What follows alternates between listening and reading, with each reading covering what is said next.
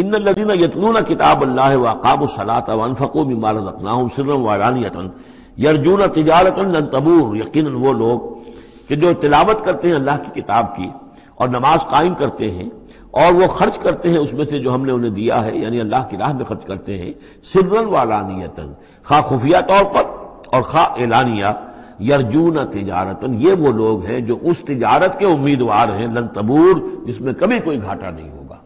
یہ تجارت ہے، تجارت جیسا کہ سورہ صف میں ہم دیکھیں گے، یا ایھا الذین آمنوا هل ادلکم علی تجارت تنجیکم من عذاب الیم، اہل ایمان کیا ہم تمہیں بتائیں وہ تجارت جو تمہیں دردناک عذاب سے چھٹکارا دلا دے۔ یہ بھی تجارت ہے۔ تجارت میں آدمی کچھ مال ہے، کچھ پونجی ہے، کچھ اس کا سرمایہ ہے، کیپٹل ہے، کچھ محنت ہے، دو چیزیں لگتی ہیں تو نفع ہوتا ہے تجارت میں۔ اسی طریقے سے یہی مال اور جان کھپاؤ اللہ کے لیے جہاد میں تو تمہیں نفع اتنا بڑا ملے گا کہ عذاب الیم سے چھٹکارا مل جائے گا۔ قرآن مجید وہ الفاظ استعمال کرتا ہے کہ جو عام لوگوں کی سمجھ میں بھی آ جائے۔